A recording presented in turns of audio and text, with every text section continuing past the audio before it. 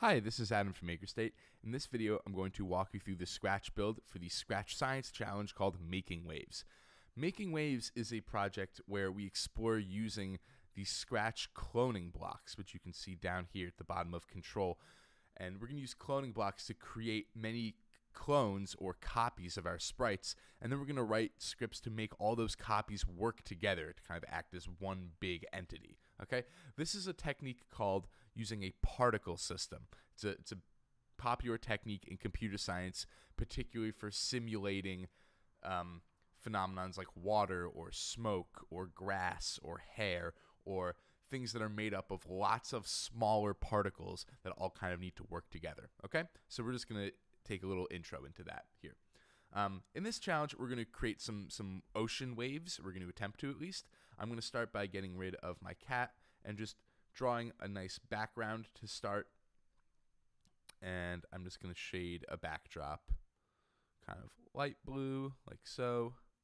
And then maybe draw a rectangle below it, just kind of represent some water line. And let's actually go and make that a little bit nicer looking. I'll do a two-color fill on that and make that look a little bit more ocean-like. There we go. That's nice. Okay, so that's going to be my backdrop, and now I can get started.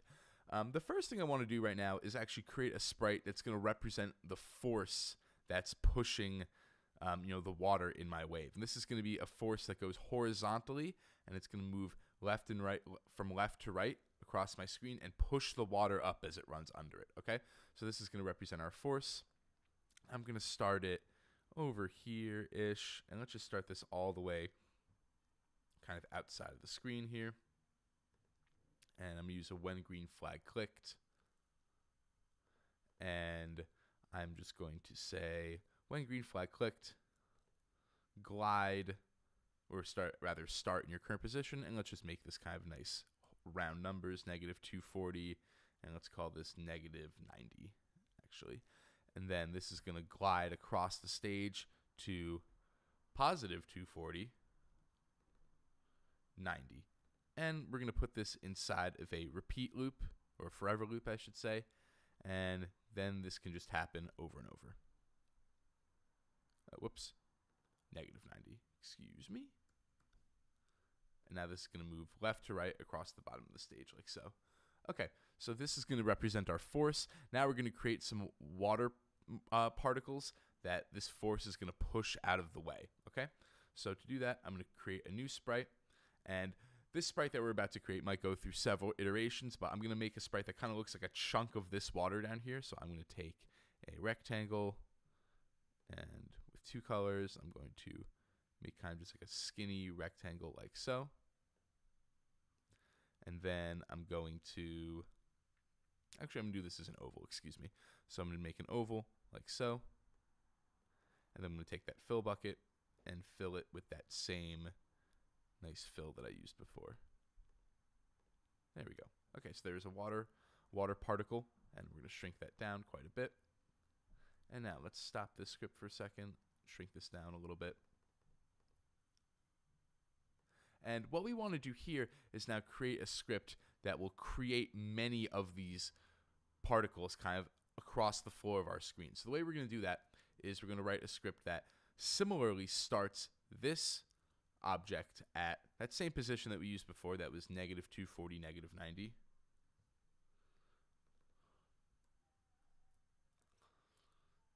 And then we're going to move across the stage, repeating and creating clones of ourselves. So we're going to use a create clone of myself block. We're going to use a repeat block. And let's say, and we'll fix this condition in a second, but we're going to create a clone of myself, and we're going to move to the right just a little bit across the stage. So let's put this into position first. Okay, so this is right here.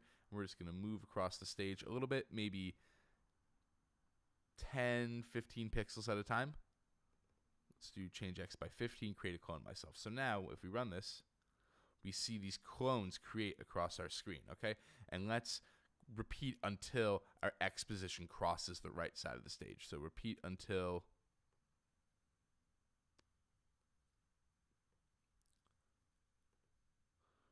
repeat until X position is greater than 240. Okay.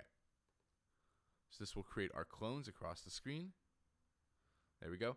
And now we need to write a script that makes these clones react to this arrow, okay?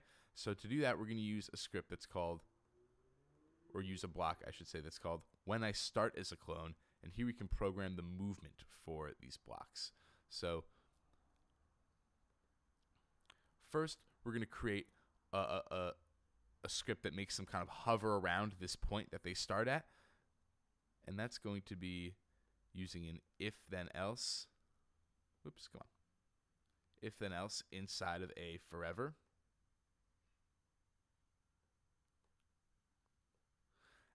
And this is just going to kind of create some ocean water movement. And we're going to say if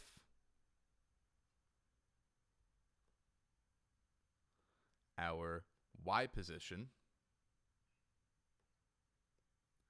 is greater than -90, then we will, if our y position is greater than -90, we will bring our y position down. So that means we're floating up too much, we'll bring it back down, maybe by -5. And on the other hand, if we're too far low, we'll bring ourselves up by 5. So let's see how that looks. And here we already kind of have this little rippling water effect here with these sprites just kind of bouncing back and forth between 5 and -5, okay?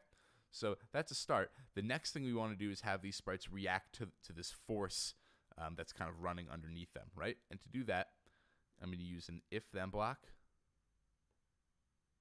along with a block from sensing that's called distance to. And we're going to say if distance to, oh, we need this with a less than block.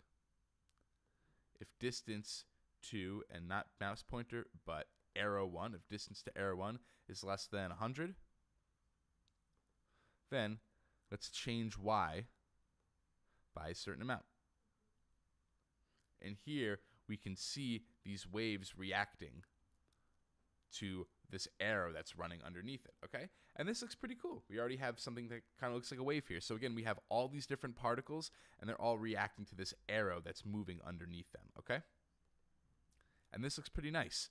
Now what we can do is add some variables to this project so that we can actually kind of fine-tune some of this behavior a little bit, or just experiment with some different numbers. So I'm going to stop this for a second, and we're going to create 2 variables. One of them is going to be called height, and this is going to represent the height of our waves, and another one is going to be called period. And period represents how long it takes for this force to complete one cycle of the wave, okay? Oh, whoops, I'm getting some spinning beach ball action here. Let's see if that will fix itself.